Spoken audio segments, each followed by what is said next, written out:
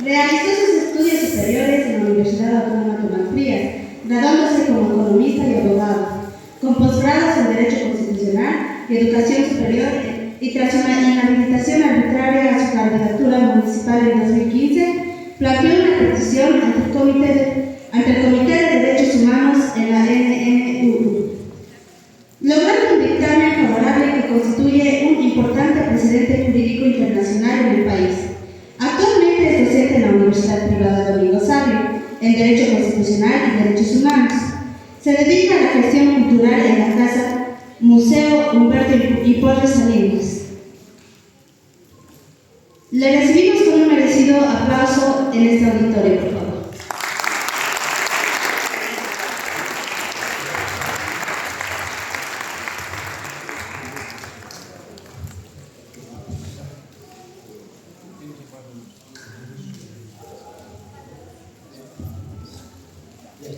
Buenas tardes, compañeras, compañeros, buenas tardes.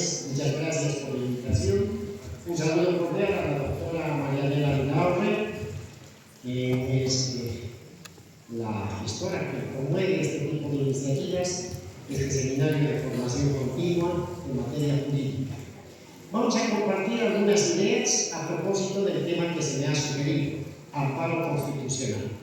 Hemos previsto algunas diapositivas que ya dispone el equipo de apoyo y bueno, pues voy a insinuarles que puedan hacerles llegar también a todos ustedes, de tal suerte que ya no tengan que estar copiando las diapositivas, sino que se concentren directamente en la exposición.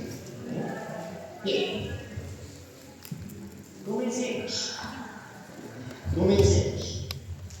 La exposición está delimitada en tres partes. Vamos a hacer algunas consideraciones de inicio.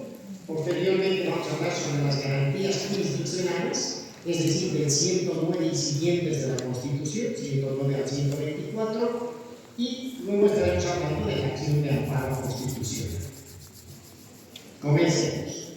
Algunas consideraciones iniciales. Vamos a hablar de amparo constitucional, es decir, que estamos en materia constitucional, derecho constitucional. ¿Qué es el derecho constitucional? Es la rama fundamental del derecho, la rama fundamental, ¿sí? Hagan de cuenta, lo voy a decir más sencillito, hagan de cuenta que la mamá es la política y el papá es el derecho. El hijito, el derecho constitucional, tiene que sacar algo de la mamá y algo del papá. Es como cuando nace un bebé y dicen, miren, los ojitos tienen de la mamá, sí, pero el cabello es del papá, ¿verdad? Entonces tiene que tener algo de jurídico y algo de político. Bueno, pues ¿qué persigue la política? ¿Cuál es su objeto de estudio mayor? El poder. ¿Y qué es lo que persigue el derecho? La justicia, ¿sí? Entonces tratemos de jugar con las palabras. ¿Qué pretenderá el hijo de estos dos? El derecho constitucional. Pretenderá lo que les digo acá. El derecho constitucional debe pretender dar más poder a la justicia o en su defecto, hacer más justo el poder. ¿Bien? Se están moviendo en ambas aguas, en las aguas de la política y en las aguas del derecho. Pasamos. ¿Cuál es el objeto de estudio específico del derecho constitucional? La Constitución. Aquí también ensayemos una definición muy puntual. ¿Qué es la Constitución? Es un documento solemne. ¿Qué significa solemne? Que merece especial consideración. Una segunda parte. Debe contener sabiduría política. No basta con inteligencia política. La sabiduría es un conocimiento profundo que nace de la experiencia y que busca el bien común. En cambio, la inteligencia, compañero, ¿sí? Aquel que está tan entusiasta en la charla, ¿sí? ¿Estamos? ¿Sí? En cambio, la sabiduría es un conocimiento profundo. La inteligencia no. Es un conocimiento que lo puedes medir por el IQ del cerebro, pero no se olviden que la inteligencia también puede ser perversa. ¿Quién era Jacques de Estipado? Era un hombre sumamente inteligente. Estaba 3-4 pasos delante de la policía y de la autoridad. Es más, les daba señas. Se burlaba de la autoridad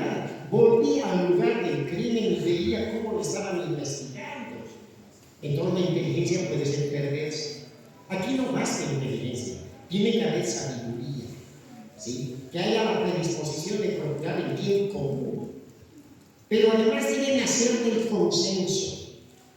¿Por qué del consenso y no de la unanimidad? Miren, vamos a diferenciar consenso de unanimidad. La unanimidad es si todos estuviésemos de acuerdo, pero el consenso es si casi todos estamos de acuerdo. Inclusive algunos, no estando plenamente de acuerdo, a regañadientes finalmente se someten al acuerdo mayor. Ese es el consenso. En una sociedad tan diversa, tan compleja como la boliviana, intersectada por una serie de variables, no podemos construir una unidad, pero ya es muy plausible procurar el consenso. Pasemos. Nuestra Constitución, ya saben ustedes, tiene una parte dogmática, una parte orgánica. Ya saben también que está en cuestión esta definición de parte dogmática, ¿no? No nos vamos a detener en ello. La comunidad académica y científica no se ha puesto de acuerdo en sustituir esta definición de parte dogmática, por lo tanto seguimos arrastrando como parte del lenguaje tradicional del derecho. La primera y la última parte de nuestra Constitución forman parte de la parte dogmática, ¿verdad? Bueno, pues nos vamos a detener en la primera parte, bases fundamentales del Estado, derechos, deberes y garantías. Ahí tiene. Esta es la primera parte de nuestra Constitución, del artículo 1 al 144. Recuerden ustedes que fue con la reforma constitucional de 1851 con Manuel Isidoro Belzu que se llevó a la primera parte de la Constitución los derechos, deberes y garantías, y que nunca más se movieron de esa primera parte de la Constitución. Bueno, pues, a ver, ¿qué contiene nuestra primera parte? Miren, bases fundamentales del Estado, derechos fundamentales y garantías, deberes, garantías jurisdiccionales y acciones de defensa, nacionalidad y ciudadanía. 5 títulos tiene la primera parte de la Constitución. Lo llamativo ya es, ¿podemos retroceder? Lo llamativo es que, fíjense, en el segundo título dice derechos fundamentales y garantías, pero parece repetir en el cuarto título cuando dice garantías jurisdiccionales, ¿no? Bueno, pues es ese cuarto título el que va mereciendo nuestra atención, en el que habla de garantías jurisdiccionales y acciones de defensa. Pasamos. Y con esto entramos a la segunda parte de la charla. ¿Qué son las garantías jurisdiccionales? Son deberes unilaterales del Estado. Cuando nosotros vemos nuestra Constitución, compañera, compañero, cuando vemos nuestra Constitución, ¿sí?, tenemos un catálogo de derechos, pero ampuloso. No es exagerado decir que del vecindario de todos nuestros países vecinos, nuestra Constitución tiene el catálogo de derechos quizás más completo. No del todo, pero evidentemente mucho más ampuloso. ¿Y qué pasa con los deberes? Los deberes están constreñidos en el título tercero de la primera parte y tienen un solo artículo, el 108, con 16 numerales, y que debe ser el artículo menos leído por la ciudadanía, lamentablemente. Todos queremos tener derechos, pero no le echamos el ojo al 108 constitucional que habla de los deberes ciudadanos. Bueno, ¿a qué viene esto? Así como nosotros tenemos deberes como personas, ¿no?, el pleno ejercicio de la ciudadanía es ejercer tus derechos, pero también cumplir tus deberes, ¿no? Así como cada uno de nosotros tenemos deberes, el Estado también los tiene. Y esos deberes del Estado los denominaremos garantías. Es como cuando tú me pides un dinero prestado y yo te digo, ¿con qué me vas a garantizar? Bueno, pues te daré los papeles de un terreno, te daré, qué sé yo, un televisor de pantalla plana, bueno, algo que te permita tener la certeza de que voy a preservar mi patrimonio y no lo he de poner en riesgo. Lo propio. A ver, recordemos en este momento a John Locke, ese filósofo, ese médico, ese político inglés del siglo XVII. ¿Qué decía John Locke, uno de los teóricos contractualistas? ¿Recuerdan? Se ve en Teorías del Estado a Thomas Hobbes, se ve a John Locke, se ve a Jean-Jacques Rousseau. ¿Qué nos decía John Locke? John Locke nos decía, tenemos que hacer nacer el Estado. ¿Y cómo? Cediendo parte de nuestra libertad. Todos los hombres nacemos libres. Cuando digo hombres me refiero a varones y mujeres, ¿no? Todos nacemos libres, cedamos parte de nuestra libertad para que nazca el Estado. Y cuando le preguntan al doctor Locke, ¿para qué vamos a hacer nacer el Estado? Y él dice, para que preserve lo que nos queda de libertad, para que defienda lo que nos queda de libertad. Y viene otra pregunta, y doctor Locke, ¿para qué? ¿Cómo va a defender nuestra libertad, lo que nos queda de libertad, esa criatura llamada Estado?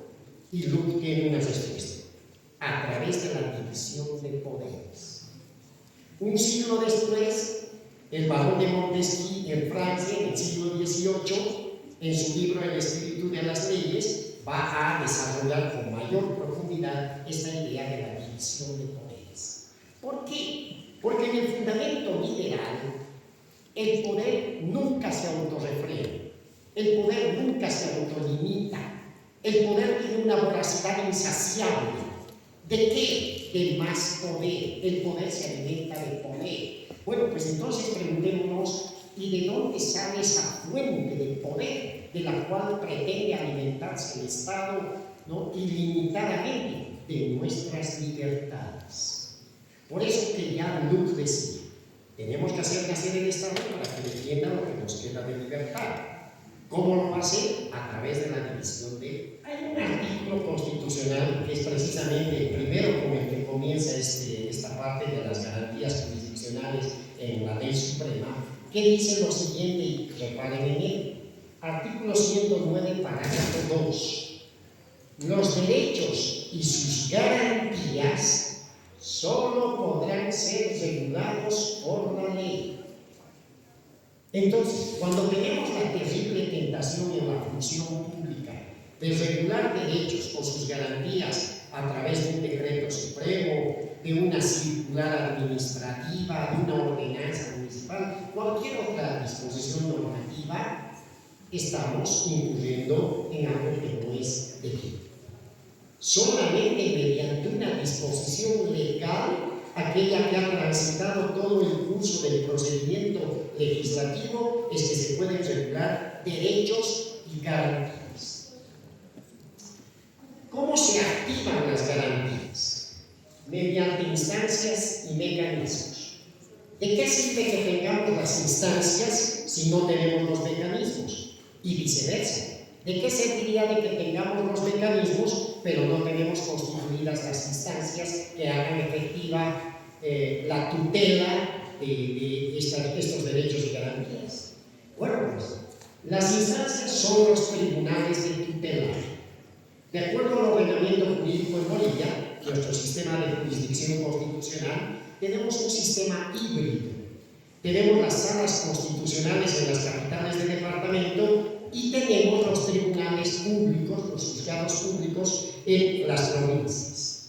¿Y cuáles son los mecanismos? Los mecanismos son estos, las acciones de defensa. Tenemos instancias, tenemos mecanismos. Ahora, aquí tenemos los 5 mecanismos. La acción de libertad, que aparece en nuestra Constitución en la reforma de 1931, con Carlos Blanco Galindo, se llamaba habeas corpus. Luego con el general René Barrientos Ortuño, aunque se la va a reglamentar recién para 1973. Y esto es muy curioso, porque en 1973 Bolivia estaba padeciendo la dictadura del entonces coronel Banza, ¿no? Y sin embargo está reglamentando cómo se ha de aplicar lo que antes se llamaba el recurso de amparo constitucional y ahora se llama acción. Y bueno, en la actual Constitución, en la del 2009, aparecen 2 otras nuevas acciones, la acción de cumplimiento y la acción popular. Bueno, nos vamos a detener en la acción de amparo constitucional. Y entramos a la tercera parte de la charla.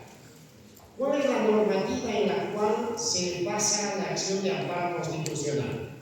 Ahí tienen ustedes los artículos en los que se describe la Constitución Política del Estado y ya para su efectivización en el código adjetivo de la materia, que es el Código Procesal Constitucional. Sigamos. ¿Podemos retroceder? Ustedes se estarán fijando, ¿por qué existen dos fragmentos del código? El primero de ellos, del artículo 29 al 45, se refiere a las disposiciones comunes para la tramitación de acciones de defensa y además el procedimiento de revisión ante el Tribunal Constitucional Plurinacional. Y los artículos 51 al 57 es el procedimiento específico de la acción de amparo constitucional.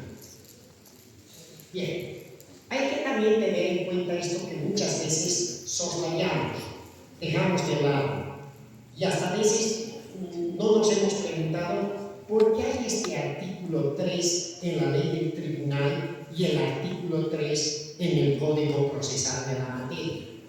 El artículo 3 es principios de la justicia constitucional y el artículo 3 de la ley 254 del Código Procesal es principios procesales de la justicia constitucional.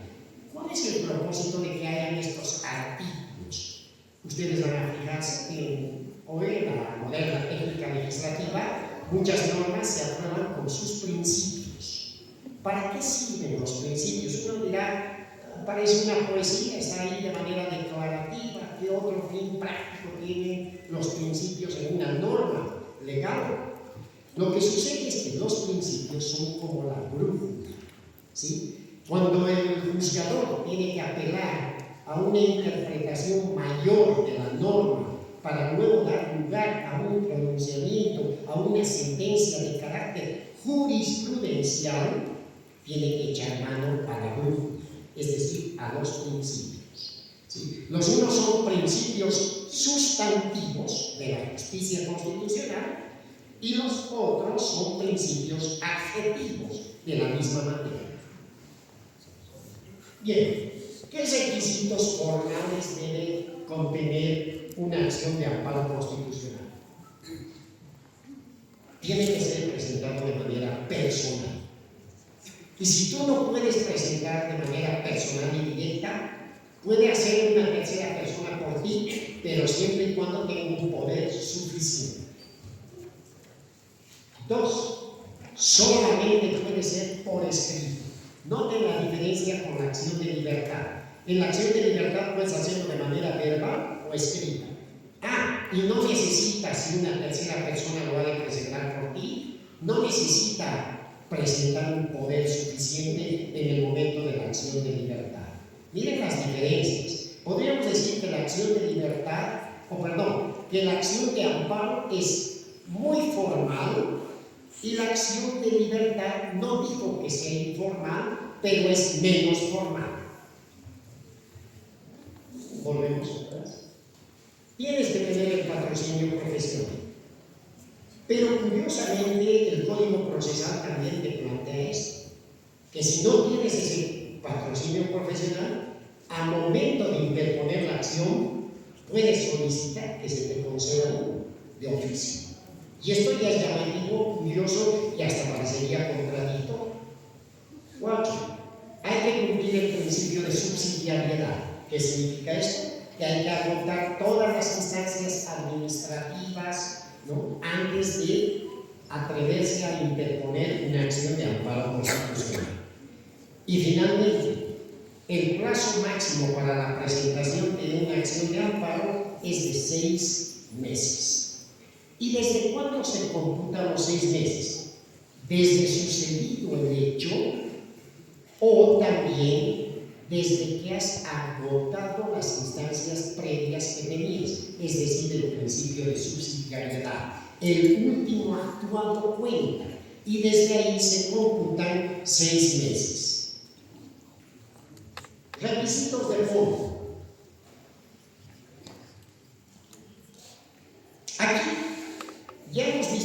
requisitos de forma, ¿verdad? Los 6 meses, el principio de subsidiariedad, requisitos de forma. ¿Sí? ¿Cuáles son los de fondo? ¿Qué es lo que tienes que preguntarte en la eventualidad de tener la posibilidad de interponer una acción de amparo constitucional? Lo siguiente. Primero, ¿qué derecho pretendo que se me tutele? O el de mi cliente. ¿Qué derecho pretende reivindicar? ¿Qué derecho hay que restituir?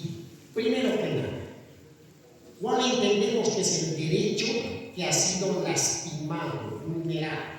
Primera pregunta. Segunda, ¿debo descartar otras acciones de defensa? Si es el derecho a la libertad, entonces debe pensar en una acción de libertad. Si yo interpongo una acción de amparo, me lo van a rechazar. ¿Bien? Si es el derecho, por ejemplo, de solicitar por la vida de una